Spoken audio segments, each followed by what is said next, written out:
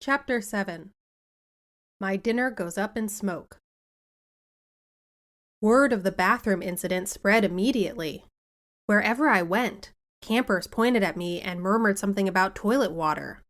Or maybe they were just staring at Annabeth, who was still pretty much dripping wet. She showed me a few more places. The metal shop, where kids were forging their own swords. The arts and crafts room, where satyrs were sandblasting a giant marble statue of a goat man. And the climbing wall, which actually consisted of two facing walls that shook violently, dropped boulders, sprayed lava, and clashed together if you didn't get to the top fast enough. Finally, we returned to the canoeing lake, where the trail led back to the cabins. "I've got training to do," Annabeth said flatly. "Dinner's at 7:30. Just follow your cabin to the mess hall." "Annabeth, I'm sorry about the toilets." "Whatever. It wasn't my fault." She looked at me skeptically, and I realized it was my fault. I'd made water shoot out of the bathroom fixtures. I didn't understand how, but the toilets had responded to me. I had become one with the plumbing. "You need to talk to the Oracle," Annabeth said. "Who?" "Not who. What? The Oracle. I'll ask Chiron." I stared into the lake, wishing somebody would give me a straight answer for once. I wasn't expecting anybody to be looking back at me from the bottom, so my heart skipped a beat when I noticed two teenage girls sitting cross-legged at the base of the pier, about 20 feet below. They wore blue jeans and shimmering green t-shirts, and their brown hair floated loose around their shoulders as minnows darted in and out. They smiled and waved as if I were a long-lost friend. I didn't know what else to do. I waved back. "Don't encourage them," Annabeth warned. "Naiads are terrible flirts." "Naiads," I repeated, feeling completely overwhelmed. "That's it. I want to go home now." Annabeth frowned. "Don't you get it, Percy? You are home. This is the only safe place on Earth for kids like us." "You mean mentally disturbed kids?" "I mean, not human. Not totally human, anyway. Half human." "Half human and half what?" "I think you know." I didn't want to admit it, but I was afraid I did. I felt a tingling in my limbs, a sensation I sometimes felt when my mom talked about my dad. "God," I said. "Half God."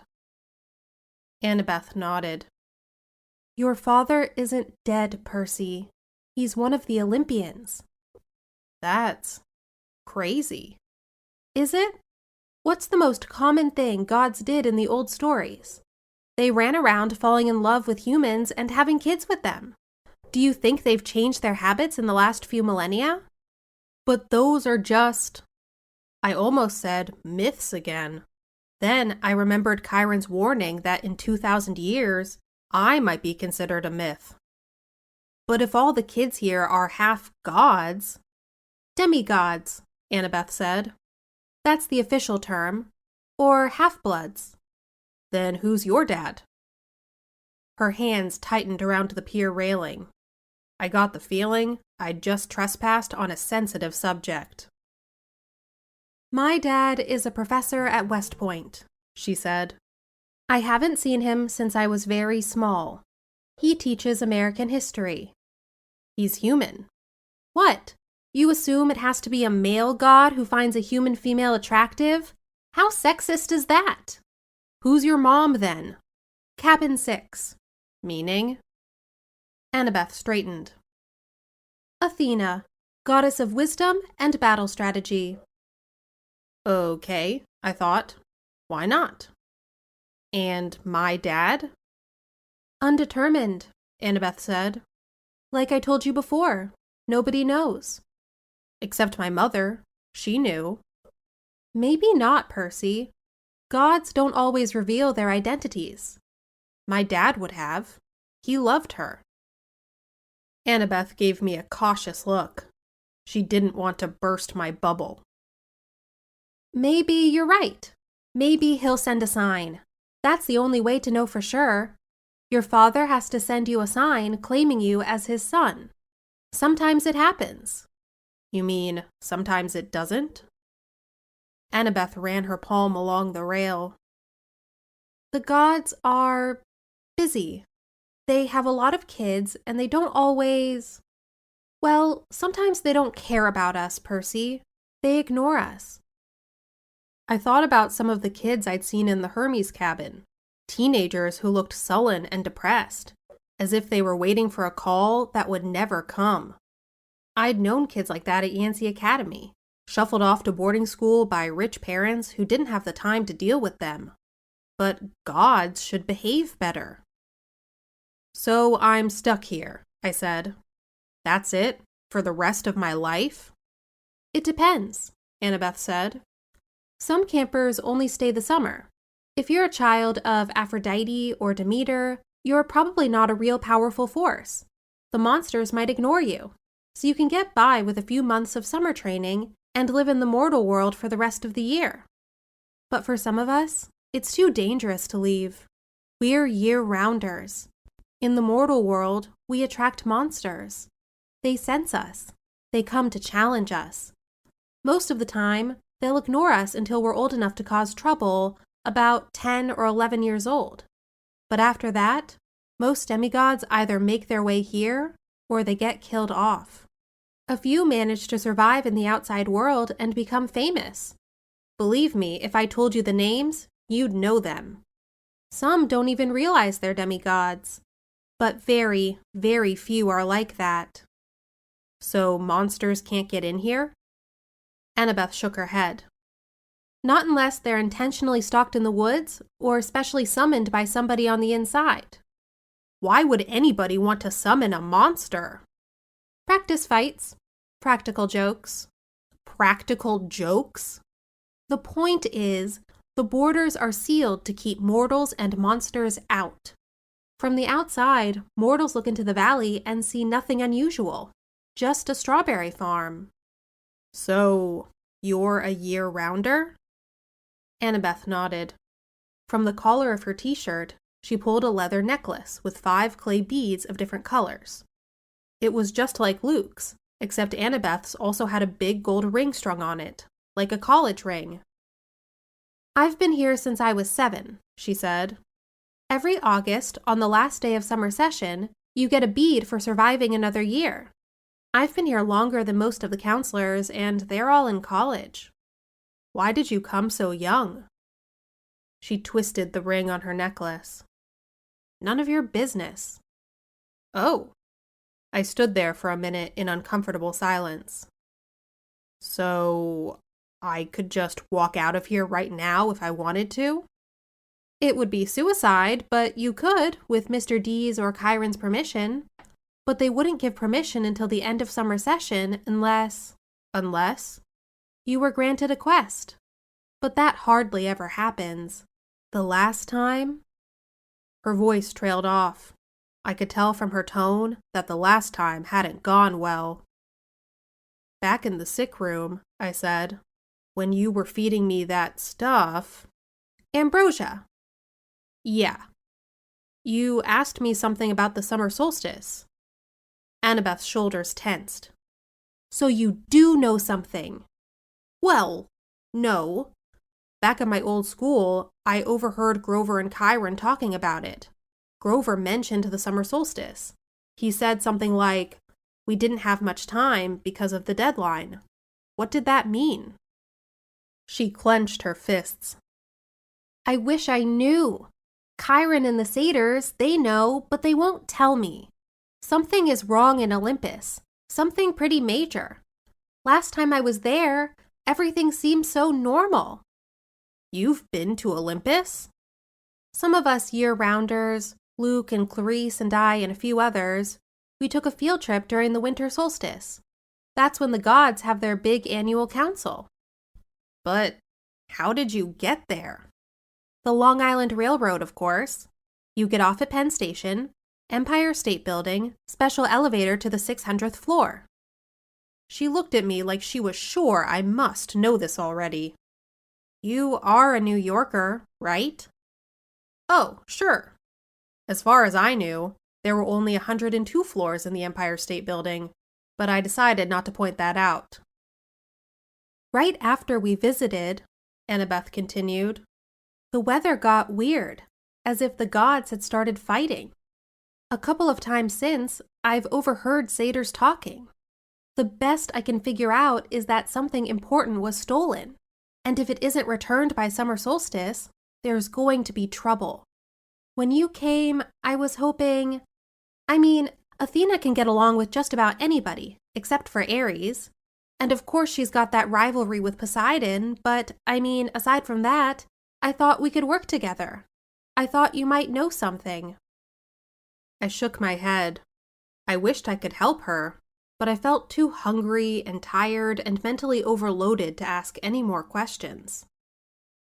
I've got to get a quest, Annabeth muttered to herself. I'm not too young. If they would just tell me the problem. I could smell barbecue smoke coming from somewhere nearby. Annabeth must have heard my stomach growl. She told me to go on, she'd catch me later. I left her on the pier, tracing her finger across the rail as if drawing a battle plan. Back at Cabin 11, everybody was talking and horsing around, waiting for dinner. For the first time, I noticed that a lot of the campers had similar features: sharp noses, upturned eyebrows, mischievous smiles. They were the kind of kids that teachers would peg as troublemakers. Thankfully, nobody paid much attention to me as I walked over to my spot on the floor and plopped down with my minotaur horn. The counselor, Luke, came over. He had the Hermes family resemblance too. It was marred by that scar on his right cheek, but his smile was intact. "Found you a sleeping bag," he said. "And here, I stole you some toiletries from the camp store." I couldn't tell if he was kidding about the stealing part. I said, "Thanks." "No prob." Luke sat next to me, pushed his back against the wall. "Tough first day?" "I don't belong here," I said. "I don't even believe in gods." "Yeah," he said. "That's how we all started. Once you start believing in them, it doesn't get any easier." The bitterness in his voice surprised me, because Luke seemed like a pretty easygoing guy. He looked like he could handle just about anything. "So, your dad is Hermes?" I asked.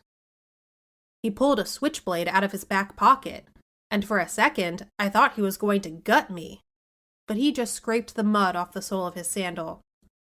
"Yeah, Hermes. The wing-footed messenger guy. That's him. Messengers, medicine, travelers, merchants, thieves, anybody who uses the roads. That's why you're here, enjoying Cabin 11's hospitality. Hermes isn't picky about who he sponsors." I figured Luke didn't mean to call me a nobody. He just had a lot on his mind. "You ever meet your dad?" I asked. "Once." I waited, thinking that if he wanted to tell me, he'd tell me. Apparently, he didn't. I wondered if the story had anything to do with how he got his scar. Luke looked up and managed a smile. "Don't worry about it, Percy. The campers here, they're mostly good people. After all, we're extended family, right? We take care of each other." He seemed to understand how lost I felt, and I was grateful for that, because an older guy like him, even if he was a counselor, should have steered clear of an uncool middle schooler like me. But Luke had welcomed me into the cabin. He'd even stolen me some toiletries, which was the nicest thing anybody had done for me all day. I decided to ask him my last big question, the one that had been bothering me all afternoon. Clarice, from Ares, was joking about me being Big Three material. Then Annabeth, twice, she said I might be the one. She said I should talk to the Oracle. What was all that about? Luke folded his knife. "I hate prophecies." "What do you mean?" His face twitched around the scar. Let's just say I messed things up for everybody else. The last 2 years, ever since my trip to the Garden of the Hesperides went sour, Chiron hasn't allowed any more quests. Annabeth's been dying to get out into the world. She pestered Chiron so much, he finally told her he already knew her fate. He'd had a prophecy from the oracle. He wouldn't tell her the whole thing, but he said Annabeth wasn't destined to go on a quest yet. She had to wait until somebody special came to the camp. Somebody special? Don't worry about it, kid, Luke said. Annabeth wants to thank every new camper who comes through here as the omen she's been waiting for. Now come on, it's dinner time. The moment he said it, a horn blew in the distance. Somehow, I knew it was a conch shell, even though I'd never heard one before. Luke yelled, 11, fall in! The whole cabin, about 20 of us, filed into the commons yard. We lined up in order of seniority, so of course I was dead last. Campers came from the other cabins too, except for the 3 empty cabins at the end, and Cabin 8, which had looked normal in the daytime, but was now starting to glow silver as the sun went down. We marched up the hill to the mess hall pavilion. Satyrs joined us from the meadow. Naiads emerged from the canoeing lake. A few other girls came out of the woods. And when I say out of the woods, I mean straight out of the woods. I saw one girl, about 9 or 10 years old, melt from the side of a maple tree and come skipping up the hill. In all, there were maybe 100 campers, a few dozen satyrs, and a dozen assorted wood nymphs and naiads. At the pavilion, torches blazed around the marble columns. A central fire burned in a bronze brazier the size of a bathtub. Each cabin had its own table, covered in white cloth trimmed in purple. 4 of the tables were empty, but Cabin 11's was way overcrowded. I had to squeeze onto the edge of a bench with half of my butt hanging off. I saw Grover sitting at table 12 with Mr. D, a few satyrs, and a couple of plump blonde boys who looked just like Mr. D. Chiron stood to one side, the picnic table being way too small for a centaur. Annabeth sat at table 6 with a bunch of serious-looking athletic kids, all with her gray eyes and honey blonde hair. Clarice sat behind me at Aries' table. She'd apparently gotten over being hosed down because she was laughing and belching right alongside her friends. Finally, Chiron pounded his hoof against the marble floor of the pavilion, and everybody fell silent. He raised a glass. To the gods! Everybody else raised their glasses. To the gods! Wood nymphs came forward with platters of food.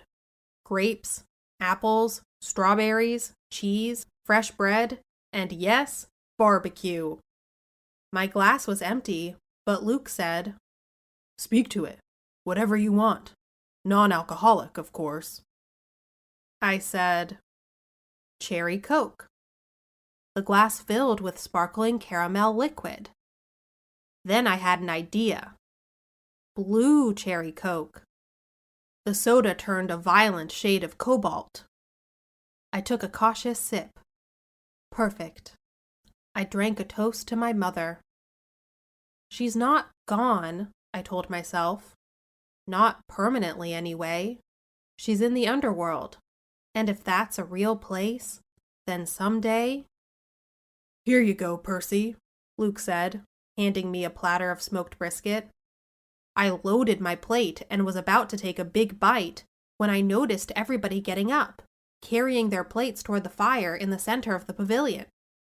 I wondered if they were going for dessert or something. Come on, Luke told me. As I got closer, I saw that everyone was taking a portion of their meal and dropping it into the fire. The ripest strawberry, the juiciest slice of beef, the warmest, most buttery roll. Luke murmured in my ear, Burnt offerings for the gods. They like the smell. You're kidding. His look warned me not to take this lightly, but I couldn't help wondering why an immortal, all-powerful being would like the smell of burning food. Luke approached the fire, bowed his head, and tossed in a cluster of fat red grapes. Hermes. I was next. I wish I knew what God's name to say. Finally, I made a silent plea. Whoever you are, tell me, please. I scraped a big slice of brisket into the flames. When I caught a whiff of the smoke, I didn't gag. It smelled nothing like burning food. It smelled of hot chocolate and fresh-baked brownies, hamburgers on the grill, and wildflowers, and 100 other good things that shouldn't have gone well together, but did. I could almost believe the gods could live off that smoke. When everybody had returned to their seats and finished eating their meals, Chiron pounded his hoof again for our attention. Mr. D got up with a huge sigh. Yes, I suppose I'd better say hello to all you brats. Well, hello. Our activities director, Chiron, says the next Capture the Flag is Friday. Cabin 5 presently holds the laurels. A bunch of ugly cheering rose from the Ares table. Personally, Mr. D continued, I couldn't care less, but congratulations. Also, I should tell you that we have a new camper today, Peter Johnson. Chiron murmured something. Percy Jackson, Mr. D corrected. That's right. Hurrah and all that. Now run along to your silly campfire. Go on. Everybody cheered. We all headed down toward the amphitheater, where Apollo's cabin led a sing-along. We sang camp songs about the gods and ate s'mores and joked around. And the funny thing was, I didn't feel that anyone was staring at me anymore. I felt that I was home. Later in the evening, when sparks from the campfire were curling into a starry sky, the contorn blew again, and we all filed back to our cabins. I didn't realize how exhausted I was until I collapsed on my borrowed sleeping bag. My fingers curled around the Minotaur's horn. I thought about my mom, but I had good thoughts. Her smile, the bedtime stories she would read me when I was a kid, the way she would tell me to not let the bed bugs bite. When I closed my eyes, I fell asleep instantly. That was my first day at Camp Half-Blood. I wish I'd known how briefly I would get to enjoy my new home.